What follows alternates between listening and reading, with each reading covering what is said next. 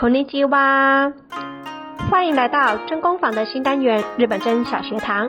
这是一个关于日本真的历史与文化知识类的单元。对于这个高能领域有兴趣的朋友，千万不要错过。欢迎订阅并加入我们的频道哦。相信大家都有听过古筝，那你听过日本筝吗？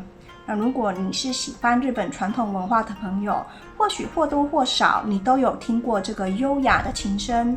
其实不论是在祭典中的祭杂子啦、神乐或者是舞狮等等的民俗技艺中，或者是日本的歌舞伎的伴奏音乐里面，甚至是日本动漫或手游的配乐中，都会常常听见日本筝的声音哦。日本筝是古老而高雅的乐器，随着时代的推进一路演变至今，在日本传统的乐器中，它有着相当重要的地位。而且日本筝它独特而仪式的魅力，你只要轻轻的拨动琴弦，就会有立刻置身在日本的错觉哟。那么你知道日本筝的音阶有哪些音吗？又是哪几个音让你有樱花纷飞的幻觉呢？如果你有认真的学过乐器，应该会有印象。钢琴呢有88键，古筝则有21根弦，而日本筝它只用了13根弦来制定出每一个调子。那对于初学者来说，入门的第一个调子就是非常通用而且熟悉的。那对钢琴而言，钢琴入门的第一个音阶就是 C 大调音阶，而古筝入门的第一个音阶就是 D 调的五声音阶。那么日本筝入门的第一个音阶就是平调子。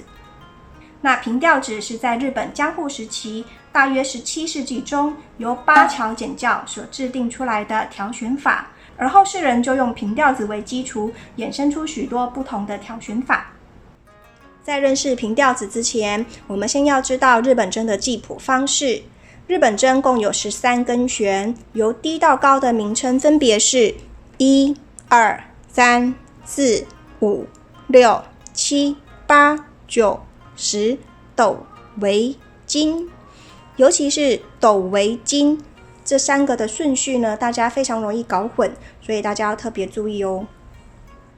那么这13根弦对应到调音器上的音名，分别是第1弦 D、第2弦 G、第3弦 A、第4弦 B 降等于 A 声，第5弦 D， 第6弦 E 降等于 D 声，第7弦 G， 第8弦 A， 第9弦 B 降等于 A 声，第10弦 D， 斗弦 E 降等于 D 声，为这条弦是 G， 再来金是 A。 以上就是日本筝13弦平调子的定弦。那我们一起来听听看，这个音阶是不是非常的日本呢？果然很日本吧。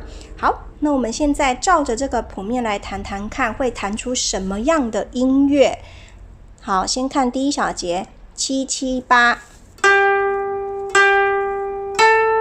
是不是有一点熟悉呢？第2小节一样是778。再来第3小节7898。第4小节7876。果然是樱花，对吧？好，那我们看第2行的第1小节5456。第2小节5543。第3小节7898。第4小节7876。再来第3行的第1小节5456。第2小节5543。再来第3小节回到778。第4小节一样778。最后是到结尾的最后一行，十斗经纬斗十。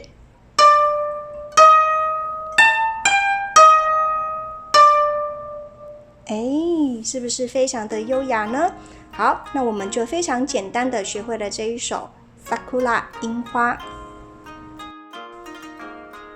今天先初步和大家介绍日本筝的入门音阶平调子。